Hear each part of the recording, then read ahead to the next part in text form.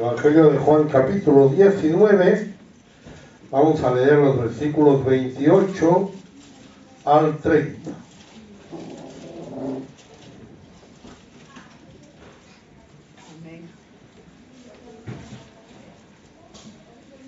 Amén. Amén. Vamos a leerlo personalmente. Dice la palabra: después de esto, sabiendo Jesús que ya todo estaba consumado, dijo, para que la escritura se cumpliese, tengo sed.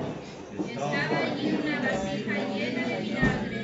Entonces ellos empaparon en vinagre una esponja y poniéndola en un hisopo se la acercaron a la boca. Juntos leemos: cuando Jesús hubo tomado el vinagre, dijo, consumado es, y habiendo inclinado la cabeza, entregó el Espíritu.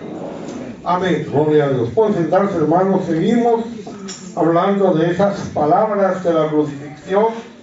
Decíamos que el Señor guardó silencio mientras le golpeaban, guardó silencio, porque así estaba escrito que él como cordero fue llevado al matadero, pero en la cruz dijo alguna cosa, poquitas, pero eso nos dice que son cosas elegidas y que son cosas importantes. Las tres primeras palabras tenían que afectar a otras personas, estaban dirigidas a los demás. Padre, perdónalos porque no saben lo que hacen, le dijo al ladrón, hoy estarás conmigo en el paraíso. Le dijo a su madre, he aquí tu hijo, a Juan, he aquí tu madre. Todo esto tenía que ver con otras personas. Después cayeron esas 3 horas de tinieblas en las que él pudo luchar contra el pecado, pudo vencer el pecado. Decíamos que esas tinieblas significaba que Dios no estaba allí, que Dios no podía estar allí porque estaba el pecado. Y cuando pasaron esas 3 horas de tinieblas, el Señor clama, Dios mío, porque me has desamparado, y vuelve la luz. Todas esas palabras que vemos después están hechas unas detrás de otras. Inmediatamente que viene la luz, él dice, tengo sed, le dan de beber. Después, cuando toma ese vinagre, dice, consumado es, y después inclina su cabeza y entrega su espíritu. Así que estas 2 últimas palabras que vamos a empezar hoy, pues tienen que ver con su final, el final de su manifestación en carne, el final de su estancia en esta tierra. Eran las 3 de la tarde, era la hora del sacrificio de la tarde en el templo, y mientras en el templo se estaba ofreciendo ese sacrificio, Jesús estaba en la cruz, diciendo, consumado es. No son las de un hombre acabado, no son las de un hombre fastidiado, sino de uno que ha acabado su obra. En otras palabras, no son las de un hombre condenado, no son las de un pobre delincuente muriendo, sino las de uno que ha logrado la victoria, de uno que ha pasado sus 3 horas de oscuridad venciendo y pagando nuestros pecados. Por lo tanto, no es el alivio de un se acabó, sino más bien el triunfo de un se ha logrado. Jesús sabía que lo había conseguido, es como la firma de su obra. Y es una sola palabra en griego, tetelestai, sin más. Está traducido ahí consumado, es una sola palabra en griego. Aquí salió. Y la misma palabra la hemos leído también en el versículo 28, cuando dice que sabiendo Jesús que ya todo estaba consumado, dijo para que se cumpliese la escritura, tengo sed. Esa palabra ha aparecido en algunos papiros, en facturas de gente para decir que ha sido cancelada la deuda. Así que cuando se cancelaba la deuda, nosotros ponemos allí un sello que pone pagado o que pone cancelado, Algunas facturas se han encontrado que pone tetelestai, que pone consumado es. Y por lo tanto esta palabra la tenemos que ver como un grito de triunfo, como un grito de todo cumplido, todo hecho. Él está lleno de heridas, su cara está desfigurada, amoratada, su espalda está hecha una llaga por los flagelos, su cuerpo está muy mal, pero lleno de heridas está él victorioso. En Colosenses 2:15.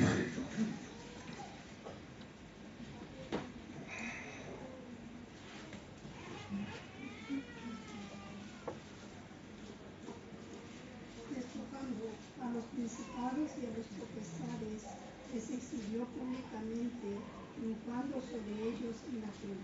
Amén. El Señor se enfrentó a principados, a potestades, pero triunfó.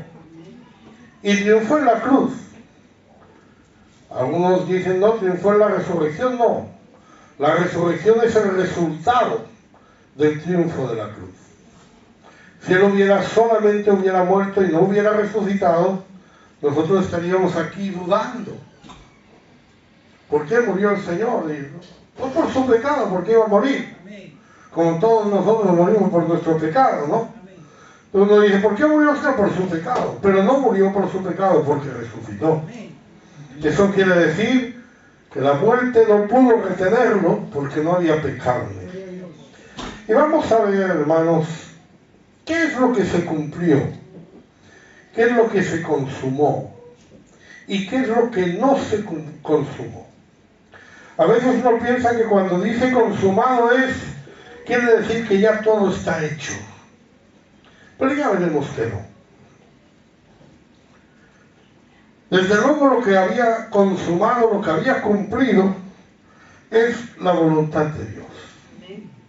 Él hizo lo que debía hacer y lo hizo bien hasta el final. En Hebreos 10, del 4 al 10.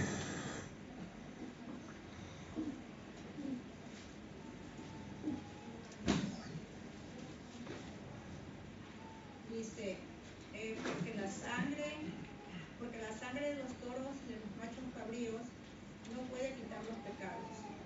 Por lo cual, entrando en el mundo, dice, sacrificio y ofrenda no quisiste, mas me diste un cuerpo.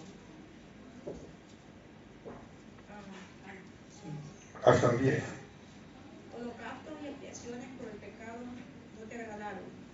Entonces dije, he aquí vengo, Dios, para hacer tu voluntad.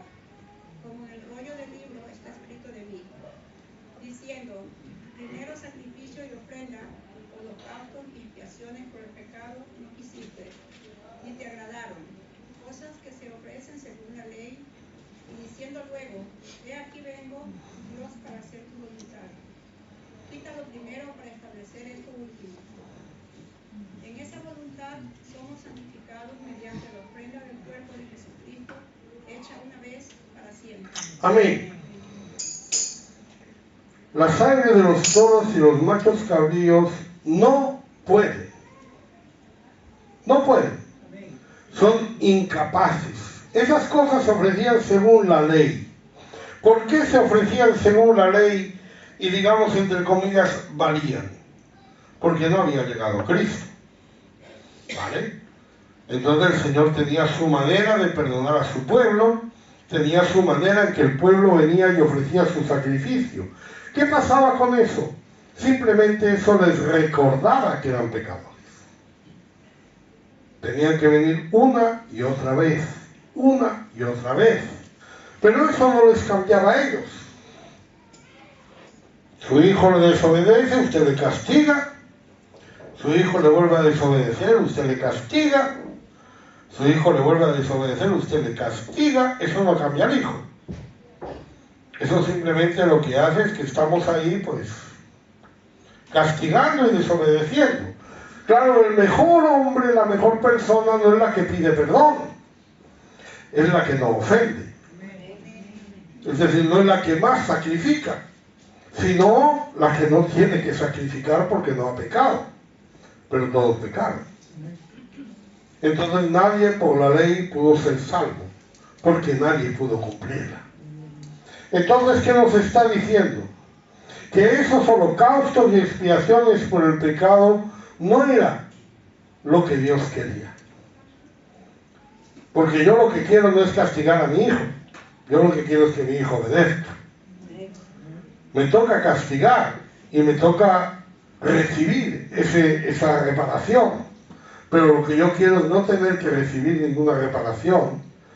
Y por lo tanto viene aquí el Señor a decir: he aquí yo vengo a hacer tu voluntad. Y cuando dice eso, dice: quita lo primero, quita ya los sacrificios, quita los holocaustos, quita la ley y establece esto: la voluntad de Dios en Cristo Jesús. Esto es lo que Él vino a hacer, porque en esa voluntad, no en la voluntad de la ley, no en los sacrificios de la ley, pero en esa voluntad que Cristo cumplió, dice la Biblia que somos santificados mediante la ofrenda del cuerpo de Jesucristo. Así que cuando nosotros decimos: ¿cómo podemos agradar a Dios? ¿Cómo podemos venir delante de Dios? Miqueas pensó en eso. Miqueas meditó sobre ese tema. Dice en Miqueas 6, versículos 6 y 7. ¿Con qué me presentaré ante Jehová y adoraré al Dios Altísimo? ¿Me presentaré ante Él con holocaustos, con becerros de un año? ¿Se agradará Jehová de millares de carneros o de 10,000 arroyos de aceite?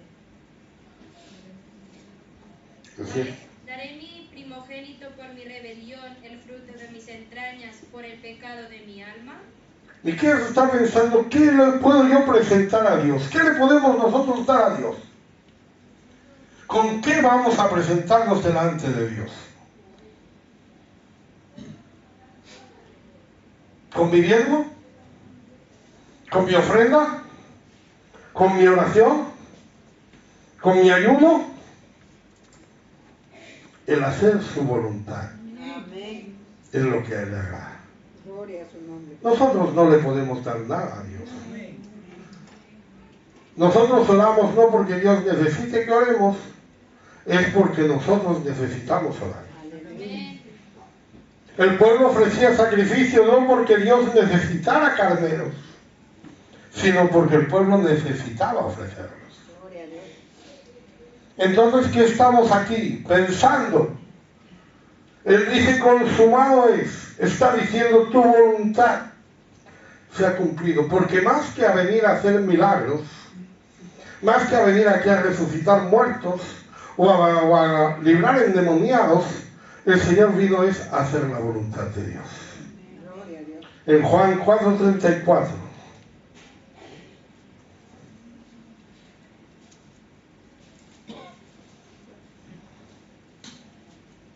Jesús les dijo: mi comida es que haga la voluntad del que me envió y que acabe su obra. Esa es mi comida, eso es lo que yo voy a hacer. Eso es a lo que yo vine, dice el Señor. Tengo una obra que hacer. Esa obra no es que yo vine aquí a sanar 5 endemoniados y a sanar 27 enfermos. Yo vine aquí es a hacer la voluntad de Dios. En Juan 5:30. No puedo yo hacer nada por mí mismo, según oigo, así juzgo y mi juicio es justo, porque no busco mi voluntad, sino la voluntad del que me envió, la del Padre. No busco mi voluntad, sino la voluntad del que me envió. Siempre hemos dicho esto y vamos a repetirlo una vez más para que quede claro. Jesús es Dios mismo manifestado en carne. No es otra persona, no es un ángel, no es, sino el mismo Dios manifestado en carne. Pero Él descendió del cielo, se manifestó en carne, para que pudiera haber una persona, un hombre, alguien que fuera carne y que hiciera la voluntad de Dios. Porque Él estuvo buscando y no encontró justo ni a un uno. No encontró quien hiciera la voluntad de Dios. Entonces, si queremos buscar un hombre que haga la voluntad de Dios, ¿qué le tocó? Le tocó bajar el mismo a hacerla. Imagínese ese jefe que quiere que se haga un trabajo y no encuentra a nadie que sabe hacer ese trabajo. Y dice, pues yo me voy a poner el mono y me voy a poner a hacer ese trabajo para que ese trabajo se haga bien. Luego usted llega a ese taller y ve a ese con el mono, se cree que es el aprendiz. Y le pregunta, ¿dónde está el jefe? Desde el jefe soy yo. No me lo ve. Usted está aquí lleno de grasa, va a ser usted el jefe. Pero es que él se privó. Él bajó ahí, a la arena, para que hubiera alguien que cumpliera la voluntad de Dios. Por eso dice en Juan 6:38. Porque he descendido del cielo, no para hacer mi voluntad, sino la voluntad del que me envió. He descendido del cielo, dice, para hacer la voluntad de Dios. Aquí cuando nosotros le vemos como hijo, ¿qué vemos? Su manifestación en carne. Esa manifestación en carne tiene que sujetarse al Espíritu de Dios. Porque evidentemente, si no, no sería como nosotros. Si Él hubiera venido, no hubiera tenido necesidad de orar, no hubiera tenido sed, no hubiera tenido hambre, no hubiera sido tentado. Usted sabe que Dios no puede ser tentado. No hubiera muerto, usted sabe que Dios no puede morir. Entonces, si Él no hubiera hecho todo eso, no hubiera servido de mucho. Él vino a hacer esa voluntad. Murió joven. Murió joven, hermano. 33 años. ¿Cuántos tenemos más de 33 años ya? Él con 33 años ya había hecho la voluntad de Dios. Ya había acabado la obra. Ya estaba listo. Todo lo que debía hacer, lo había hecho. Todo lo que debía decir, lo había dicho. Todo lo que tenía que hacer, lo había sido. Bueno, ahí está el Señor. Por eso Él en su oración final, usted sabe que el Señor oró mucho. Tenemos muchos testimonios de que Él se retiraba a orar, de que Él iba al templo a orar, de que Él subía a un monte a orar, pero no sabemos qué oraba.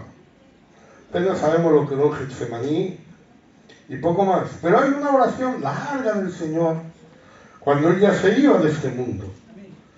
Y esa oración nos dice algo. En Juan 17:4. Dice, 17:4. Yo he glorificado en la tierra. Yo te he glorificado en la tierra. He acabado la obra que me diste que hiciera. Amén. He acabado la obra, dice. He acabado la obra. Ya estaba listo, hermano. ¿Qué era esa obra? ¿A qué se refería Él? Pues usted sigue leyendo ahí. Usted no verá que Él mencione ninguno de sus milagros. Usted no verá que Él mencione ninguna de sus hazañas o prodigios. Porque hoy somos muy dados a mencionar lo que hacemos, ¿verdad? De pronto muere ahí un hermano predicador. Ahí murió, fundó 17 iglesias, sanó 57 enfermos. El Señor lo usó en no sé cuántos países y le hacemos ahí un currículum largo. El Señor no hizo un currículum muy largo de lo que Él había hecho, y había hecho mucho. Porque la Biblia dice que si se escribiera no iban a caber los libros. Pero mire que dice en Juan 17:6. He manifestado tu nombre a los hombres que del mundo me diste. Tuyo eran y me los diste, y han guardado tu palabra. He manifestado tu nombre. A eso vino Él, a revelarnos el nombre del Salvador. ¿Cuál es el nombre del Salvador? Jesús. Jehová salva. No es una parte de Jehová, no es otro Jehová. Es el mismo Jehová del Antiguo Testamento, salvando. ¿Qué más? El versículo 8 de Juan 17. Porque las palabras que me diste les he dado, y ellos las recibieron, y han conocido verdaderamente que salí de ti, y han creído que tú me enviaste. Las palabras que me diste les he dado. No solo vino a manifestar un nombre, vino a traernos la verdadera palabra de Dios. Porque ya la cosa estaba muy complicada. Usted sabe, los judíos tenían el Antiguo Testamento, pero lo estaban pervirtiendo. Y mucho. Entonces el Señor viene aquí a enseñarnos la verdad. Gloria a Dios. La verdadera palabra de Dios. ¿Con qué finalidad el Señor nos muestra su palabra? ¿Con qué finalidad el Señor nos enseña su palabra? Juan 17:9. Yo ruego por ellos, no ruego por el mundo, sino por lo que me diste, porque tú, yo son. El Señor vino a levantar testigos. Yo ruego por ellos. No por el mundo. Por ellos. Amén. La obra de Dios era tener un grupo de testigos. Cuando el Señor murió y resucitó, ya ellos eran testigos de su muerte y su resurrección. ¿Pero qué les dijo el Señor? Les dijo, esperad en Jerusalén. No digáis nada. No os pongáis a predicar. No vayáis al pueblo. Esperad en Jerusalén hasta que recibáis el Espíritu Santo. Amén. Cuando recibáis el Espíritu Santo, me seréis testigos. Gloria a Dios. ¿Usted tiene el Espíritu Santo? ¿Usted ha hablado en lenguas? Amén. Usted es un testigo. Gloria a Dios. Gloria a Dios. Hermano, yo no he visto la tumba vacía. Yo no puedo decirle Jesús ha resucitado, yo lo vi. Pero yo sí he visto mi corazón lleno. Amén. He visto mi boca llena de las palabras de Dios. Y por eso yo sé que Él está vivo. Amén. Así que el Señor está diciendo, yo ruego por ellos, porque yo he preparado un grupito para que vayan al mundo a ser testigos y a llevar esa palabra que yo he hablado. ¿Y qué más tenía que hacer Él? Juan 17:12. Cuando estaba con ellos en el mundo, yo los guardaba en tu nombre. A los que me diste, yo los guardé y ninguno de ellos se perdió, sino el hijo de perdición, para que la escritura se cumpliese. Él iba a guardar ese grupo, hermano. Él iba a proteger ese grupo. Si mientras yo estaba en el mundo, yo los guardé. Ahora yo me voy del mundo. Hay que guardarlos. Amén. La iglesia está guardada por Dios. Gloria a Dios. Protegida por Dios. Hay ángeles acampando alrededor de los que le temen. Amén. Amén. No tenga miedo de ser testigo. Gloria a su nombre. No tenga miedo de hablar. Fíjense que nosotros cuando hablamos de la negación de Pedro, decimos que Pedro negó al Señor. ¿Pero qué hizo Pedro? Pedro dijo, no creo en Jesús. Pedro dijo, Jesús no es Dios. Pedro dijo, él solamente se negó a conocerle. Alguien vino allí y le dijo, tómate una copita. Y él en vez de decir, no, yo no bebo porque soy cristiano, dijo, bueno, vamos. No quiero tener complicaciones, no quiero perder amistades. No voy a decir que soy cristiano, porque llego nuevo a un trabajo, digo que soy cristiano, me va a hacer la vida imposible. Digo que soy cristiano, igual me echan. Entonces yo me voy a callar. Eso fue lo que hizo Pedro. Pero decían, tú también eres uno de ellos. Yo digo, no, a mí no me compliquen la vida. Ajá. Yo estoy aquí calentándome muy bien en este fueguecito. Yo no vine aquí a testificar, yo no vine aquí a predicar, yo vine aquí a calentarme. A mí no me digan si soy cristiano o no. Yo ahora no soy cristiano. Aleluya. Porque algunos cuando salen de esta puerta se dejan la chaqueta de cristiano aquí dentro. Pasan toda la semana por ahí que nadie sabe si son cristianos o no, porque ni hablan una palabra del Señor, ni hacen lo que tienen que hacer, viven como el mundo. Entonces, hay alguien que le está guardando, hermano. Usted es testimonio del Señor, no le van a echar de su trabajo. Gloria a Dios. Nosotros tuvimos una hermana que cuando iba a casarse, usted sabe que cuando uno se casa necesita dinero. Yo no sé por qué, yo creí que para una chica casarse solo necesitaba un novio, pero parece que necesita más cosas. Entonces pues ella necesitaba dinero y dijo, bueno, me voy a buscar un trabajito para ver si me saco un dinerito extra. Y fue a un restaurante y el restaurante la cogió. Ella le dijo, hombre, yo puedo trabajar en el restaurante, pero el domingo no. Yo el domingo voy a los cultos. La mujer le dijo, bueno, usted venga a trabajar y ya hablaremos. Bueno, ella fue ya a trabajar, llegó el sábado y le dijo, bueno, hasta mañana. Le dijo, no, mañana no vengo. Y dice, oiga, es que, venga y hablaremos. Y no, yo mañana no vengo. Y el lunes cuando venga, si quiere, me echa a la calle y si no quiere, sigo trabajando. Pero yo mañana no vengo. No pasó nada. Bueno, sí pasó algo. Que todos los compañeros se morían de envidia porque era la única que libraba el domingo.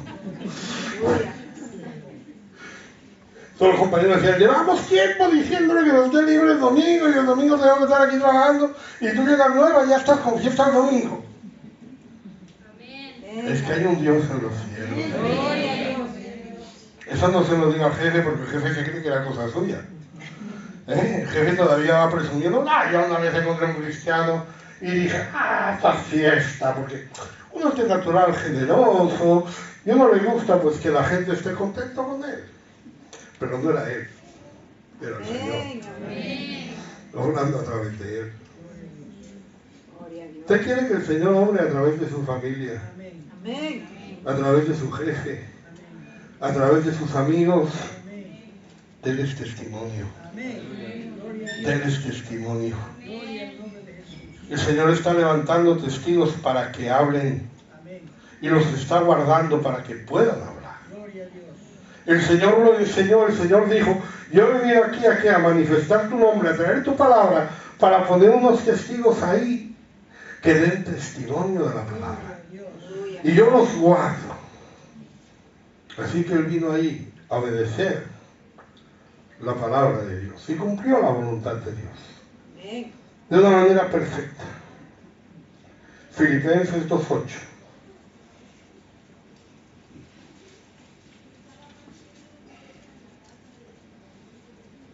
Estando en la condición de hombre, se humilló a sí mismo, haciéndose obediente hasta la muerte y muerte de cruz. Pablo nos está explicando que él, que era Dios, se despojó a sí mismo.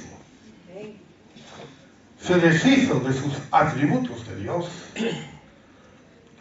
Quiero decir que no los ejerció, porque nadie le podía quitar los atributos que tenía, pero no los ejerció para manifestarse en carne. Y él dejó todo eso. Y cuando estuvo en la condición de hombre, dice que se humilló a sí mismo. Dios no se puede humillar, el hombre sí. Entonces Jesús en la condición de hombre se humilló a sí mismo haciéndose obediente. ¿Hasta dónde es usted obediente? ¿Hasta qué punto es usted obediente?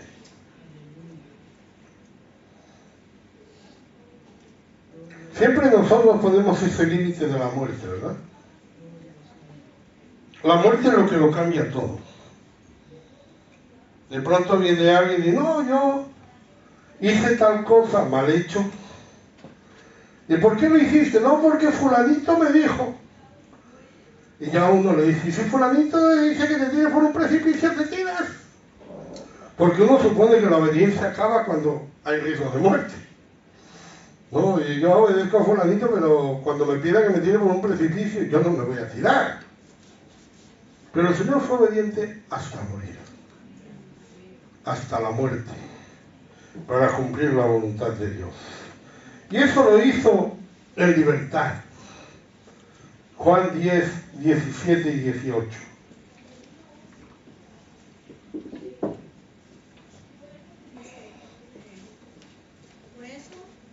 Por eso me ama el Padre, porque no pongo mi vida para volverla a tomar.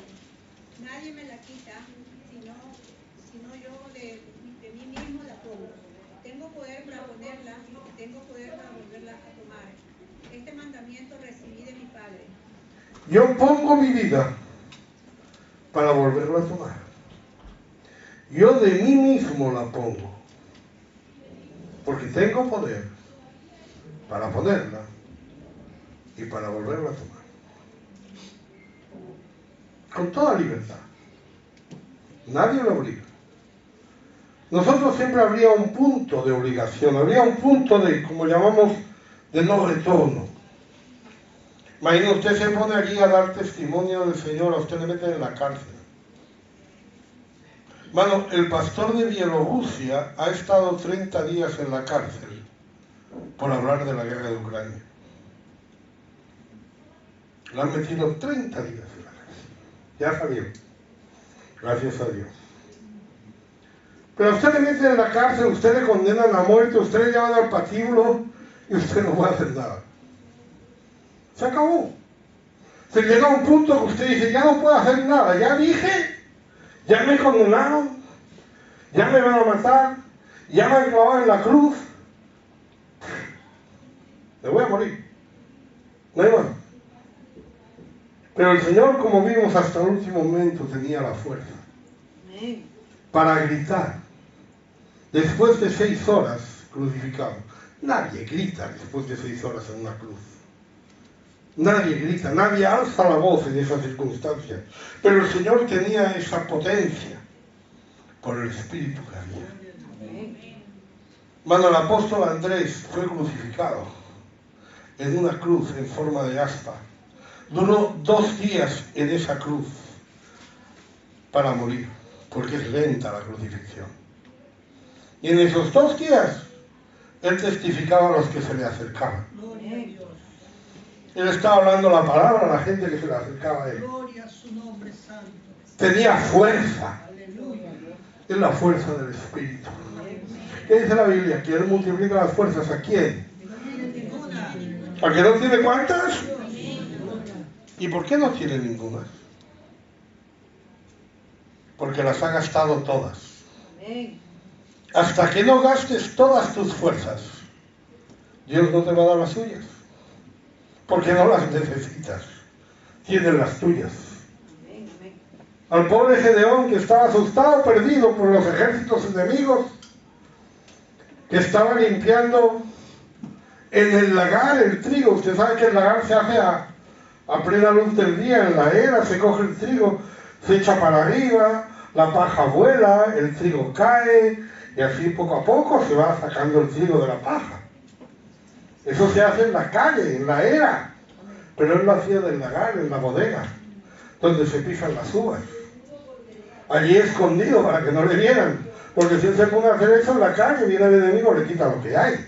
Entonces él estaba allí escondido, de pronto se le aparece un ángel del Señor y le dice, vete con esta tu fuerza. Y dice, mi fuerza, ¿qué fuerza? ¿Qué fuerza es la mía? Yo soy el más pequeño de mi casa la más pequeña de Israel. ¿Cuál es mi fuerza? Usted tiene fuerza. No sé cuánta, pero tiene. Y si usted quiere que el Señor le ayude, primero tiene que poner la suya. Y cuando no tenga ninguna, entonces es el que el Señor va a multiplicar. Por eso cuando usted ve al Señor en la cruz, Él es capaz de hablar e incluso de gritar. Él puso su vida. En ningún momento Él llegó en ese punto que dijo, bueno, ya que estoy aquí clavado, ya no me queda otra que morirme. Nosotros eso tiene que ser algo rápido. Mire, si a usted le pusieron la pistola en la cabeza, le dijeran, niega a Cristo o te pega un tiro, ¿usted qué haría? Que le pegue el tiro, ¿no? ¿Cierto? Bueno, es un segundo. Entonces le dicen, pégame el tiro, le pegan el tiro, y en el mismo momento que le están pegando el tiro, usted se ve en la presencia de Dios. ¿Qué problema hay? Porque lo difícil no es morir por Cristo, es vivir para Cristo. Morir es la parte fácil. Cuando alguien le pone una pistola en la cabeza y le dice, niega a Cristo, te pega un tiro, usted piensa y dice, no, yo no voy a negar al Señor. Y usted dice, yo no voy a negar al Señor, y ya le pegaron el tiro. Amén. Sin embargo, viene su primo segundo, su tío, su hermano, y le dice, vente a la fiesta de cumpleaños el domingo, porque si no tu familia no te va a hablar, porque si no nos vamos a enfadar contigo. Y tú dices, tienes razón, no voy a ir al culto, voy a ir a la fiesta de cumpleaños, porque es mi familia, tengo que quedar bien con ellos, tengo que quedar bien con la gente. Es difícil vivir para Cristo. No es difícil morir por Cristo. El Señor está muriendo, pero tiene fuerzas. Todavía va a clamar otra vez. Todavía va a clamar otra vez. Él tiene fuerzas. Él está diciendo, yo pongo mi vida de mí mismo. Si yo quisiera, yo me bajo de esta cruz. Y usted dice, ¿cómo se puede desclavar el Señor de esa cruz? ¿Cómo podía Él haberse sacado los clavos? No hacía falta. Él dijo, yo puedo orar a Dios y Dios me envía ángeles. Amén, amén. No Dios. De todos los ángeles que hagan falta vienen aquí, me desclavan de la cruz y me voy. Yo de mí mismo la pongo. Algunos han tenido el poder de poner su vida. Algunos han tenido esa capacidad de poner su vida. Todas las naciones tenemos algunos de esos héroes, le llaman, que en un momento dado fueron capaces de entregar su vida por la patria, de entregar su vida por alguna gran causa. Pero ellos, una vez dada su vida, no tenían el poder de volverla a tomar. Entonces lo único que hicieron fue inspirar a otros que estaban vivos para que siguieran esa causa o esa revolución o lo que sea. Pero el Señor está muriendo en una obediencia perfecta y está muriendo en una obediencia libre porque Él quiso. Y eso le digo, hermano, nosotros tenemos que obedecer a Dios en libertad, porque Dios nos ha dado esa libertad. Mira, las cosas de Dios empiezan en la tierra, no empiezan en los cielos. Uno dice, yo espero que el Señor me toque, y a lo mejor usted está esperando que un día se levante por la mañana y diga, uff, qué santo estoy hoy.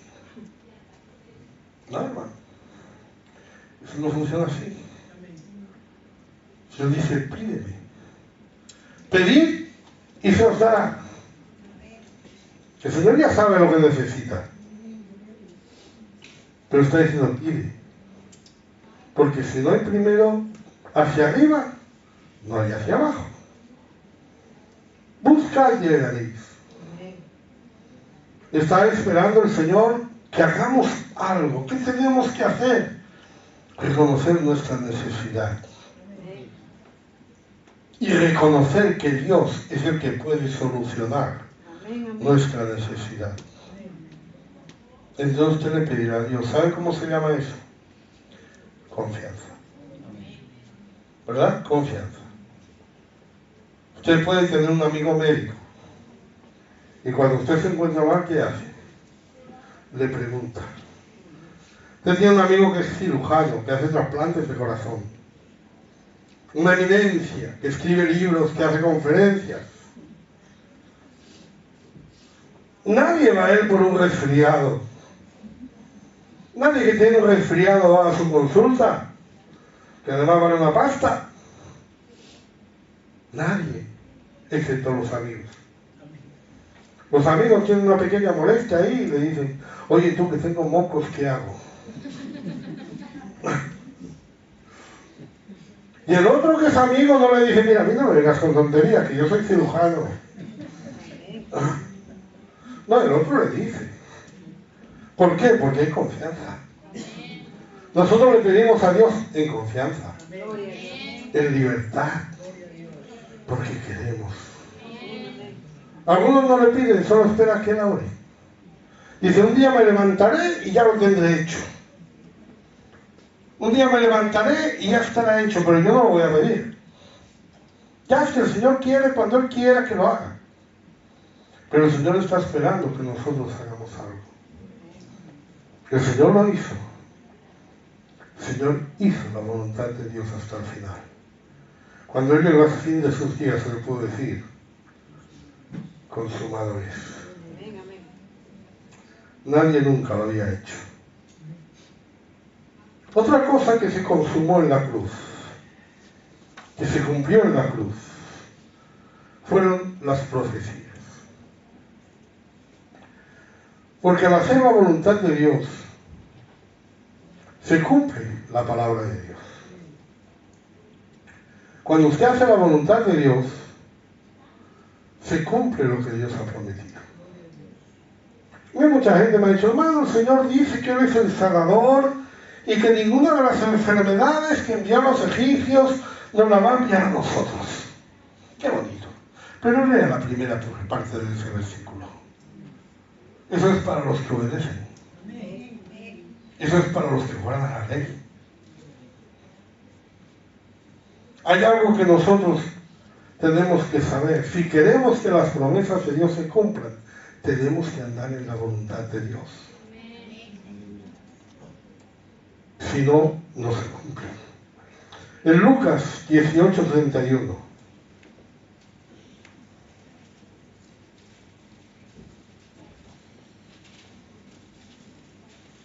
Tomando Jesús a los 12, les dijo, he aquí subimos a Jerusalén y se cumplirán todas las cosas escritas por los profetas acerca del Hijo del Hombre. Subimos a Jerusalén y se cumplirán, hermano. El verbo cumplirán es el mismo verbo que se usa para decir consumado es. Tetelestai. La misma palabra está ahí. Se cumplirán todas las cosas escritas por los profetas. Había cosas escritas por los profetas muy sorprendentes. Miqueas 5:2.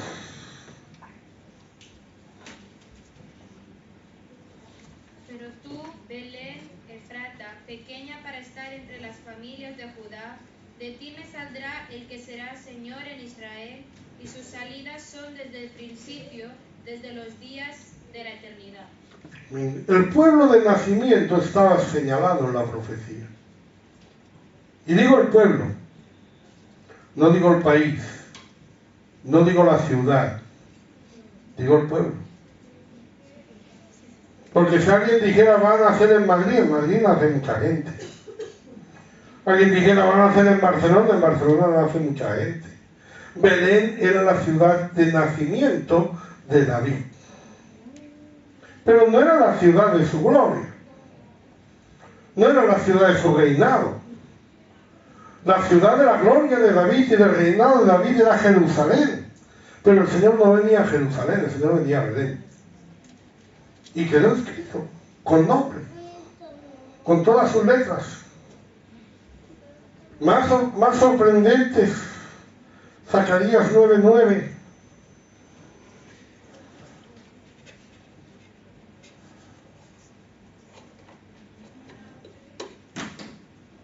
Alégrate mucho, hija de Sión, da voces de júbilo, hija de Jerusalén. He aquí tu rey vendrá a ti, justo y salvador, humilde y cabalgando sobre un asno, sobre un pollino, hijo de asno. Amén. Eso se cumplió, hermano. ¿Cómo entró el Señor en Jerusalén? Dice, humilde. Los reyes no entraban humildemente en las ciudades, y menos en la suya. ¿Usted cree que David alguna vez entró en Jerusalén humilde? Él entraba en Jerusalén así. Ahí con toda la pompa. Pero dice, vendrá, ese rey va a venir humilde. Y así fue como él entró en Jerusalén. El Salmo 41:9.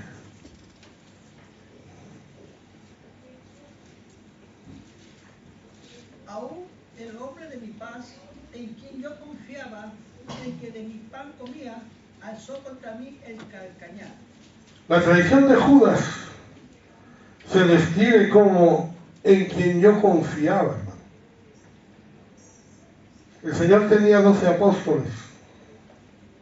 Solo uno de los 12 tenía un cargo. Era el tesorero. Judas era el tesorero. Judas era el que tenía la bolsa. Judas era el único que estaba en la junta directiva. El único que tenía un cargo. Y ese fue el que se levantó contra él. Conforme a la profecía. Conforme a lo que estaba escrito. Incluso en Zacarías 11:12.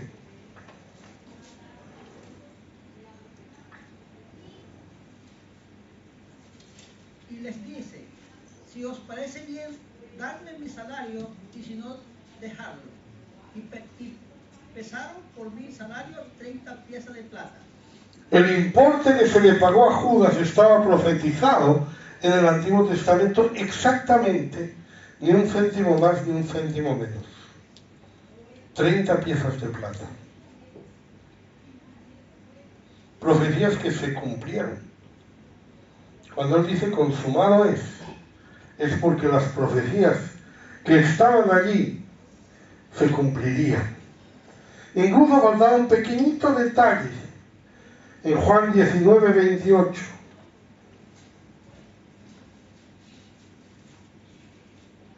Después de esto, sabiendo Jesús que ya todo estaba consumado, dijo, para que la escritura se cumpliese, tengo sed. Era lo único que faltaba. Que le dieran a beber vinagre. Ya lo vimos cuando hablamos de esa palabra, ¿verdad? Pero quiero señalarles aquí, dice, sabiendo Jesús que ya todo estaba consumado, es la misma palabra de Telestai. Es la palabra de consumado es. Ya estaba todo. Y Juan cuando vio lo que pasó, cuando vio a Jesús pedir bebida y que le trajeron vinagre, hermano, él no lo pidió para que se cumpliera la escritura. Lo cumplió porque tenía sed. Y ya dijimos que todo crucificado tenía sed. O sea que no era nada maravilloso que él pidiera sed. Pero para Juan, que era conocedor de la palabra, recuerden que Juan era amigo del sumo sacerdote, de suponer que él tenía algún conocimiento del Antiguo Testamento, Juan identificó inmediatamente ese hecho. Él dijo, uy, fíjate, hasta en el último momento está cumpliendo todas las profecías, incluso de esta, de que en mi sed me dieron a beber vinagre. Ya está todo cumplido. Y después de tomar ese vinagre, Jesús dice, consumado es. Todas las profecías son cumplidas. Todos los pactos están cumplidos. Todos los tipos que usted encuentra en el Antiguo Testamento están cumplidos. Ya los sacerdotes no van a tener trabajo. Ya no van a haber holocaustos y sacrificios, porque Él viene a sustituirlos. O no a sustituirlos, a abolirlos, a quitarlos del medio. Porque Él viene a ¿qué? A quitar el pecado. Él no viene a perdonar el pecado. Él viene a quitar el pecado. Hoy el pecado no es un problema. Hoy no es el problema el pecado. El problema es si usted cree o no cree en ese consumado es. Si usted cree o no cree en Jesús. Si cree, entonces usted andará en santidad.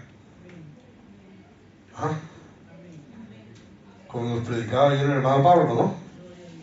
Uno puede ser santo por fuera, pero no ser santo por dentro. Lo que no puede ser es que usted sea santo por dentro y no sea santo por fuera. Si hay santidad, si hay fe, si se cree, entonces se anda como aquellos que creen. Entonces ahora todas las profecías han sido cumplidas, la ley ha sido abolida, pero de eso hablaremos la semana que viene. Todo eso se acabó, hermano. La cruz marca un cambio, no solo en su calendario. Estamos hablando antes de Cristo y después de Cristo. sino en la manera de relacionarnos con Dios. En la manera que nosotros nos acercamos a Dios. Y en la manera que Dios nos ve cuando nos acercamos a Él. Por eso esa frase consumado es, que estamos viendo esa sexta palabra, nos está diciendo Dios ya ha hecho lo que tenía que hacer. Lo ha hecho bien, lo ha completado. Las profecías han sido cumplidas. Y una de las consecuencias de esto va a ser que la ley va a acabar. Pero eso es largo de contar. Se lo cuento la semana que viene. Esta semana lo vamos a dejar aquí. Consumado es, ¿qué es lo que se ha acabado? Por fin hay un hombre que cumple la voluntad de Dios perfectamente. Por fin hay un hombre que cumple todas las profecías perfectamente. Te dice, ¿cómo es posible que haya habido un hombre tan extraordinario? Pero es que ese hombre tenía naturaleza humana y tenía naturaleza divina. Gloria a Dios. Digamos como usted, ¿no? Que tiene el Espíritu de Dios y tiene la carne. ¿Y qué pasa? Que la carne pelea contra el Espíritu pelea contra la carne. ¿Y quién gana? Eso es lo cuento de los perros, ¿no? Pero se lo voy a contar otra vez. Aquel hombre que decía, yo siento como que en mí hay dos perros que se pelean. Un perro blanco y un perro negro que está ahí ladrando y mordiéndose. Y le dijo el otro, ¿y quién va a ganar? Dice, al que le doy más de comer. Sencillo, ¿verdad? Alimentamos el espíritu para vida o la carne para muerte. Pero las dos cosas están ahí, las dos cosas soy yo. ¿Usted cree que yo soy espiritual ahí, que ando como volando por los cielos? No. Yo soy tan carne como usted. ¿Qué pasa? Bueno, depende de quién gane en su vida. Si en su vida gana el espíritu, gana la carne. En Jesús siempre ganó el espíritu. Siempre ganó el espíritu. Por eso Él pudo andar en santidad completa delante de Dios. Y esa santidad va a ser nuestra santidad. Porque en esa ofrenda somos nosotros santificados por su sangre, por su sacrificio. Amén. Gloria al Señor. Vamos a cantar. Amén.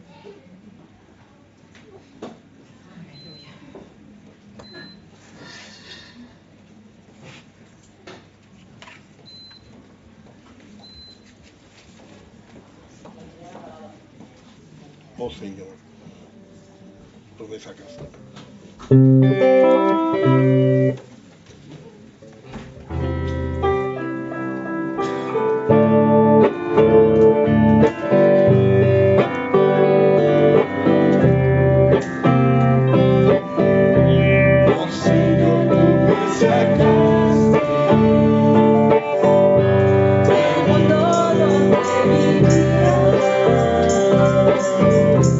Me cubriste con tu sangre.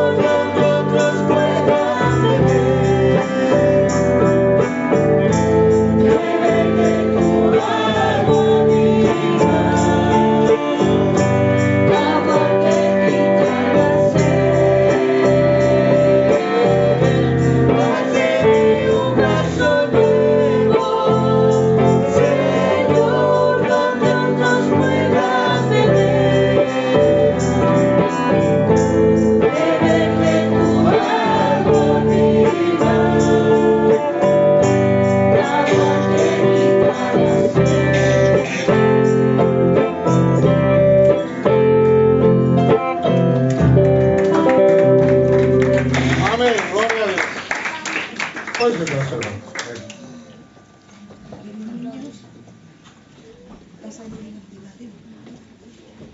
La gente no quiere decir. Bueno, tenemos 2 niños nuevos.